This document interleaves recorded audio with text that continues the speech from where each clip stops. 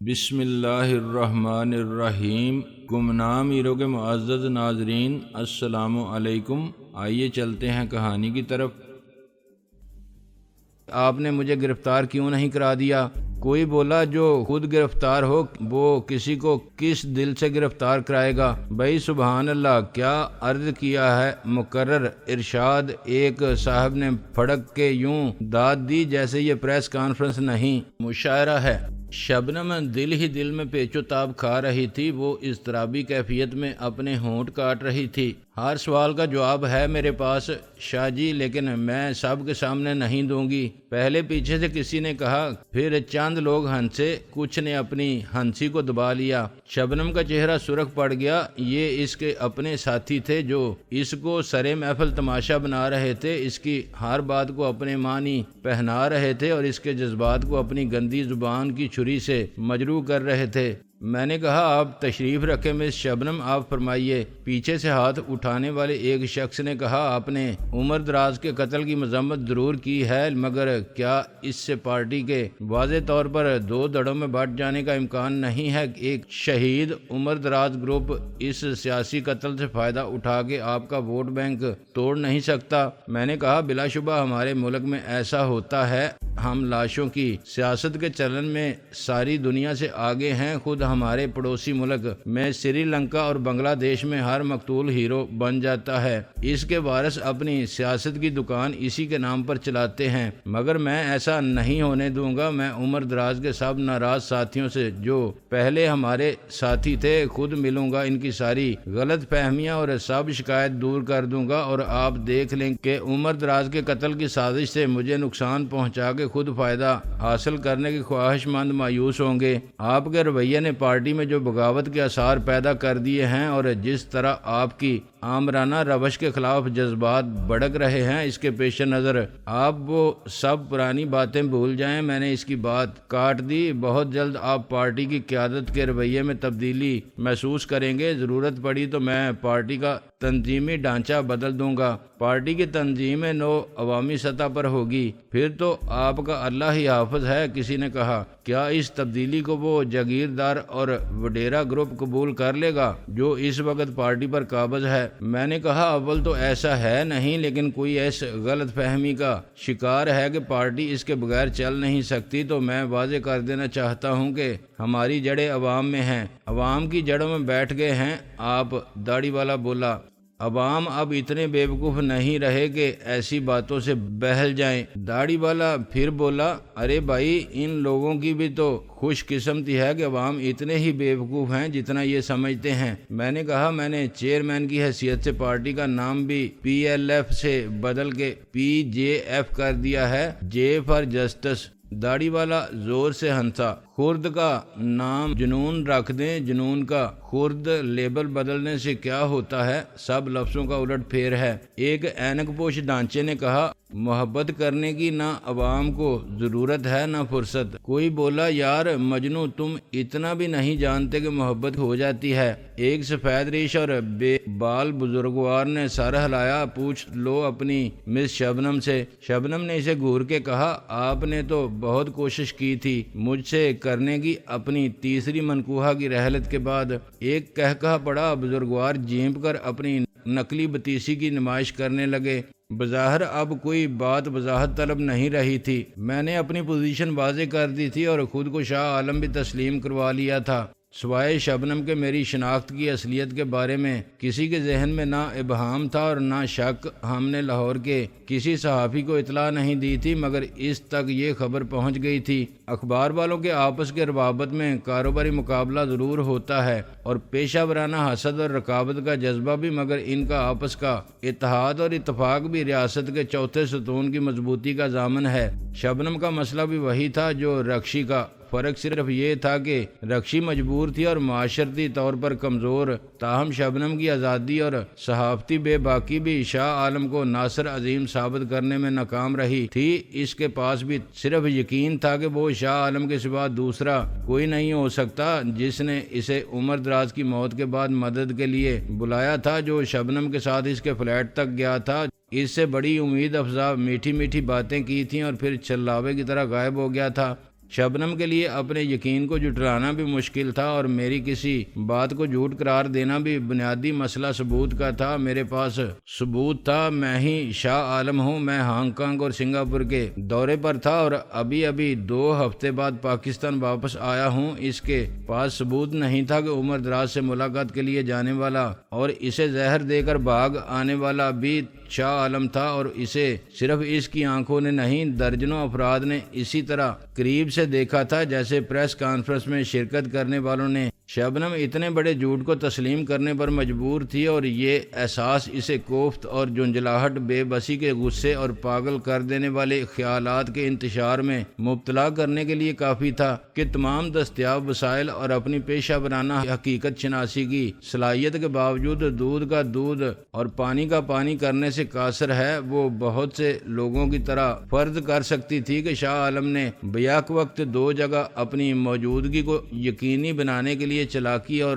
فریب کے کون سے حربے استعمال کیے ہوں گے۔ شاید اس نے اپنا کوئی ہم شکل تلاش کر لیا ہوگا جسے میک اپ سے معمولی فرق دور کر کے شاہ عالم کا رول سمجھا دیا گیا ہوگا اور اس کام کا معقول معاوضہ ادا کر دیا گیا ہوگا۔ کام بھی بہت آسان تھا۔ ہانگ کانگ کے کسی 5 اسٹار ہوٹل میں رہو، کھاؤ پیو اور موج اڑاؤ، لیکن ہر وقت اور ہر جگہ اپنی موجودگی کا احساس دلانے کے لیے کچھ کرتے رہو۔ کسی معزز مہمان کے ساتھ زبان درازی سے کسی حسینہ کے ساتھ 10 درازی تک سب جائز ہوگا۔ چھوٹا بڑا کوئی بھی واقعہ جو نوٹس میں آ جائے، ویٹر یا مینیجر کو یاد رہے کہ نشے میں توڑ پھوڑ اور پھر کوئی حادثہ، لڑائی جھگڑا، کبھی ایک جگہ کبھی دوسری جگہ، ناشتے، لنچ یا ڈنر کے دوران بل اصل شاہ عالم ادا کرے گا۔ ممکن ہے اس نقلی شاہ عالم نے کاروباری نوعیت کی میٹنگ بھی کی ہوگی اور خود ایسے لوگوں سے ملا ہو جن کی گواہی کو مسترد کرنے کا سوال ہی پیدا نہیں ہوتا، اور جب وہ نقلی شاہ عالم ہانگ کانگ یا سنگاپور میں صرف عیش کر رہا تھا،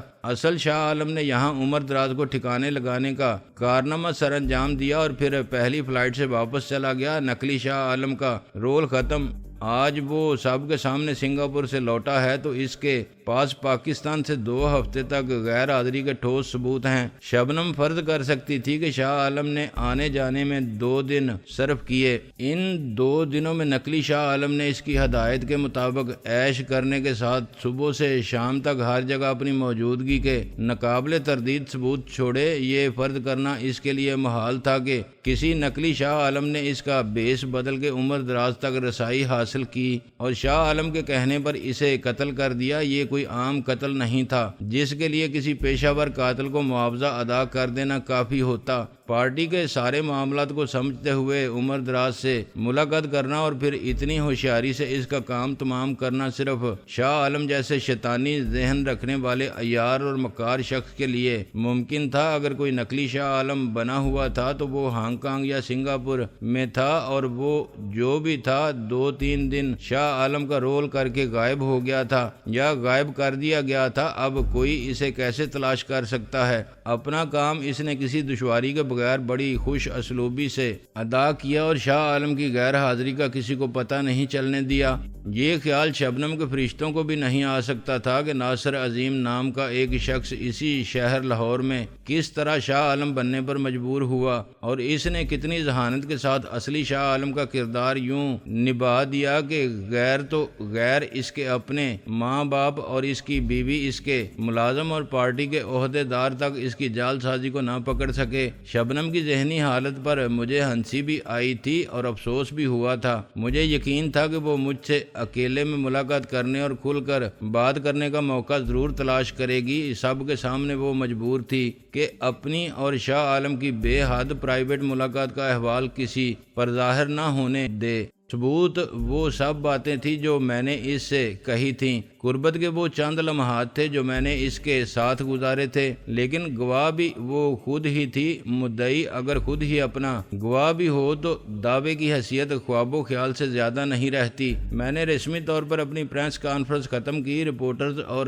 فوٹوگرافرز آہستہ آہستہ لاؤنج سے باہر جانے والے دروازے کی طرف بڑھے، مگر شبنم وہیں کھڑی رہی۔ اس کی آنکھیں مجھ پر یوں جم کے رہ گئی تھیں جیسے وہ میری جسمانی ساخت، میری آنکھوں، بالوں اور جلد، ان کے رنگ، میرے چہرے کی بناوٹ، ہاتھوں اور پیروں کی ظاہری صورت سے ہی میرے شاہ عالم ہونے یا نہ ہونے کا فیصلہ کرنے کے بعد اب میڈیکل سائنس کے جدید طریقوں سے میرا تجزیہ کرنا چاہتی ہے۔ میرے فنگر پرنٹس، میری بتیسی یعنی ڈینٹور اور میرے ایکس رے مجھے اصل یا نقلی شاہ عالم ثابت کرنے کا سوچ رہی ہے۔ میرے ڈی این اے یعنی موروثی خلیات ٹیسٹ سے میری شناخت کے چکر میں ہے پاگل لڑکی۔ وہ سب جو دنیا میں ہوتا ہے ابھی پاکستان میں تسلیم ہی نہیں کیا جاتا، یہاں تو ابھی معاملہ فنگر پرنٹ سے آگے نہیں بڑھا۔ اچانک وہ آگے آئی۔ سر، کیا میں آپ سے علیحدگی میں مل سکتی ہوں؟ کیوں نہیں، تم پہلے بھی ملتی رہی ہو، میں نے معنی خیز انداز میں مسکراتے ہوئے کہا، لیکن آج نہیں۔ آج کیوں نہیں؟ میں صرف 5 منٹ لوں گی۔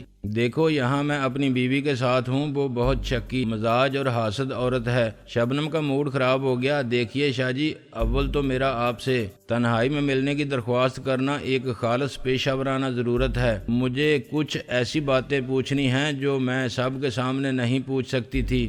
آف دی ریکارڈ گفتگو کسی پریس کانفرنس میں نہیں ہو سکتی۔ دوسری بات یہ کہ آپ کی بیوی میرے بارے میں کیا سوچتی ہے، اس کی میں پرواہ نہیں کرتی۔ میرے بارے میں لوگ کیا کہتے ہیں یہ بھی مجھے معلوم ہے، مگر میں سب کو رکھتی ہوں جوتی کی نوک پر۔ مگر اس سے بدنامی ہوتی ہے تمہاری، اور تم ایک عورت ہو، مگر بدنامی سے ڈرنے والے تم ہو ایک مرد۔ اس نے تلخی سے کہا، ایسی کیا بات ہے آخر جو اتنی اہم؟ اس کا تعلق تمہارے سیاسی مستقبل سے ہے۔ میں نے کہا، پھر آپ سے لاہور میں بات ہوگی، یہ کوئی ارجنٹ معاملہ نہیں ہے، یو کین ویٹ۔ اس نے چلا کے کہا، نہیں، میں انتظار نہیں کروں گی۔ برداشت کی بھی ایک حد ہوتی ہے، ایسا نہ ہو کہ میں انجام کی پرواہ کیے بغیر وہ سب کہہ دوں جو مجھے معلوم ہے اور جو سچ ہے، ایسا سچ جس کو کسی ثبوت کی ضرورت نہیں ہوتی۔ تم بھی جانتے ہو وہ سچ کیا ہے۔ اگر تم قسم کھا کے انکار کر دو۔ میں قسم کھانے کا ویسے بھی قائل نہیں، عموماً جھوٹے لوگ قسم کھاتے ہیں تاکہ لوگ ان کی بات پر یقین کر لیں۔ میں نے کہا،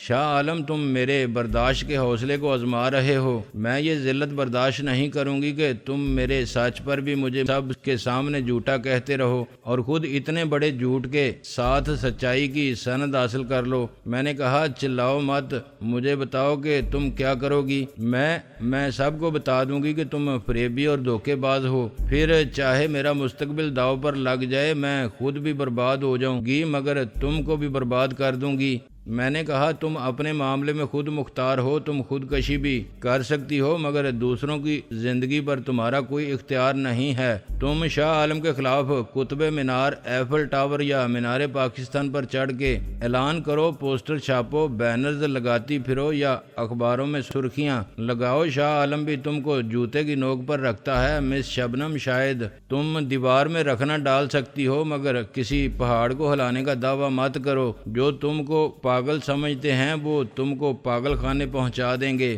چلاتی رہنا وہاں ساری عمر اور دیواروں کو سناتی رہنا، سر ٹکرا ٹکرا کے جان دے دینا۔ شبنم کا رنگ زرد اور پھر سفید پڑ گیا۔ اسے ہرگز ایسے جواب کی امید نہیں تھی۔ شاہ عالم اس سے غصے میں بھی یوں بات نہیں کرتا ہوگا۔ وہ مشہور صحافی تھی اور ایک فاتح عورت جو صحافت کی تجربہ کاری اور حسن و شباب کی قوت تسخیر دونوں سے اپنی فتوحات کے جھنڈے گاڑنے کی عادی تھی۔ یہ الگ بات تھی کہ شاہ عالم کے معاملے میں اس نے شکست کی رسوائی کو بھی کسی ندامت کے بغیر وجہ افتخار سمجھ لیا تھا، بالکل اس ماں کی طرح جس کا بدصورت ترین بچہ بھی اسے دنیا کا سب سے خوبصورت بچہ لگتا ہے اور وہ کسی کی طرف دیکھے بغیر، کسی کو سنے بغیر اسے شہزادہ گلفام کہتی رہتی ہے اور سمجھتی رہتی ہے۔ شاہ عالم نے شبنم سے تعلق کا اپنی سیاسی نیک نامی کی خاطر کبھی کسی کے سامنے اعتراف نہیں کیا تھا اور وہ اس سے محبت بھی نہیں کرتا تھا، مگر وہ ایک حسین عورت سے نفرت تو دور کی بات ہے، قطع تعلق کی ہمت بھی نہیں رکھتا تھا یا اس کی ضرورت نہیں سمجھتا تھا۔ مفت ہاتھ آئے تو برا کیا ہے، اور وہ عورت بھی عام عورت نہیں تھی۔ اس کے جذباتی استحصال کو صحافت کے میدان میں نیک نامی کمانے کے لیے بھی استعمال کیا جا سکتا تھا۔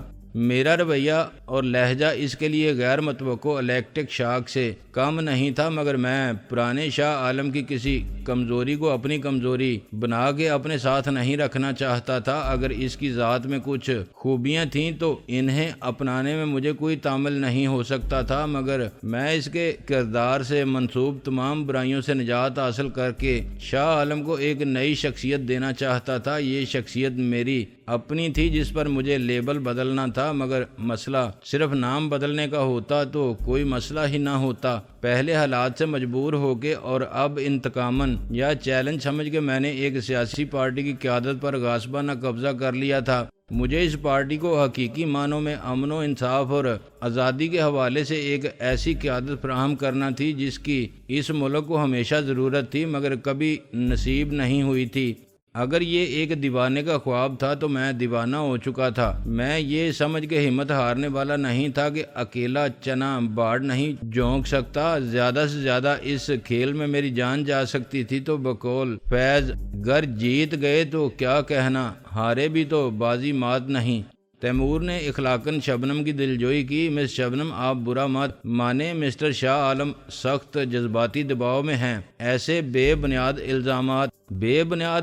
شبنم نے اس کی بات کاٹ دی۔ امیر تیمور، تمہارے منہ میں تو اپنی زبان بھی نہیں ہے، تم خاموش ہی رہو تو بہتر ہے۔ آپ بلا وجہ خفا ہو رہی ہیں۔ ایک غلط فہمی کی بنا پر میں نے کہا، میں ساری غلط فہمیاں دور کر دوں گی شاہ عالم صاحب، اپنی بھی اور آپ کی بھی۔ اس نے تند لہجے میں کہا، اگر تم اس ساری کائنات میں سیاہ و سفید کے مالک ہوتے تب بھی تمہارے کہنے سے سیاہ کبھی سفید نہ ہوتا، نہ تم سفید کو سیاہ ثابت کر سکتے۔ تم کیا مجھے پاگل خانے بھجواؤ گے؟ میں صرف جھوٹ اور سچ کے فرق کو واضح کر رہا تھا۔ میں نے کہا، ہم صحافی اپنی آنکھیں الگ رکھتے ہیں سر، ہم کسی کی مدد کے بغیر ہی جھوٹ اور سچ کو الگ کر کے دیکھ سکتے ہیں، دکھا بھی سکتے ہیں اور منوا بھی سکتے ہیں۔ میرا بھی نام شبنم ہے، یاد رکھنا۔ کیا یہ دھمکی ہے میرے لیے؟ میں نے برہمی سے کہا، نہیں، میں بتانا چاہتی تھی کہ میں کیا ہوں، شاعر مشرق کی زبان میں جس سے جگر لالا میں ٹھنڈک ہو، وہ شبنم دریاؤں کے دل جس سے دہل جائیں وہ طوفان۔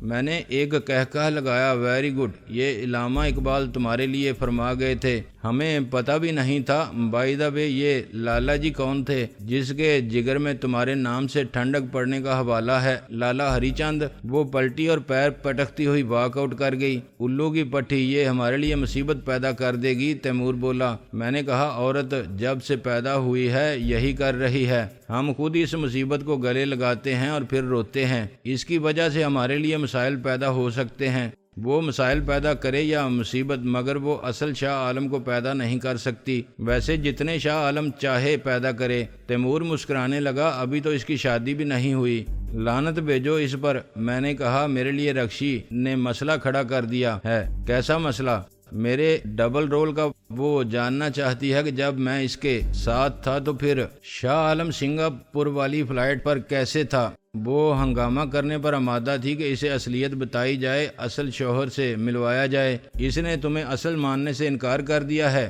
ہاں، اس کا خیال ہے کہ میرا وہ رویہ غیر فطری تھا جب میں نے یادداشت کھو جانے کا ڈرامہ کیا تھا۔ اس کا خیال ہے کہ میں نقلی ہوں۔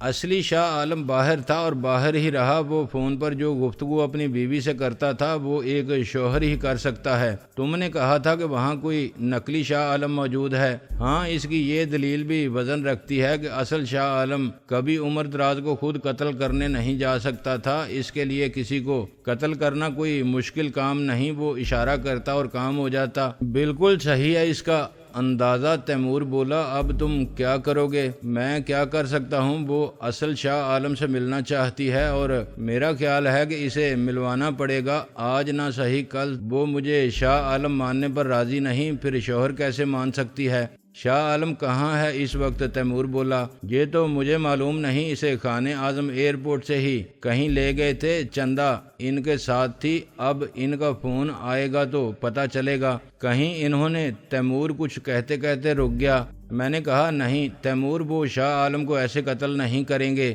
پھر کیسے قتل کریں گے؟ میں نے کہا، اسے قتل کرنا ضروری نہیں، مگر اسے زندہ رکھنے میں بھی رسک ہے۔ آخر اسے کب تک قید میں اور خاموش رکھا جا سکتا ہے؟ ابھی تو میں نے رکشی کو خاموش کر دیا تھا کیونکہ میرے پاس اس کے کسی سوال کا جواب نہیں تھا، مگر اس کا منہ بھی ہمیشہ کے لیے بند کرنا ضروری ہوگا۔ ہمیشہ کے لیے زبان بند کرنے کا تو ایک ہی طریقہ ہے۔ میں نے کہا نہیں، دو طریقے ہیں جو سیاسی تاریخ میں بھی رائج ہیں اور عام زندگی میں بھی ناپسندیدہ آواز ایسے ہی دبائی جاتی ہے۔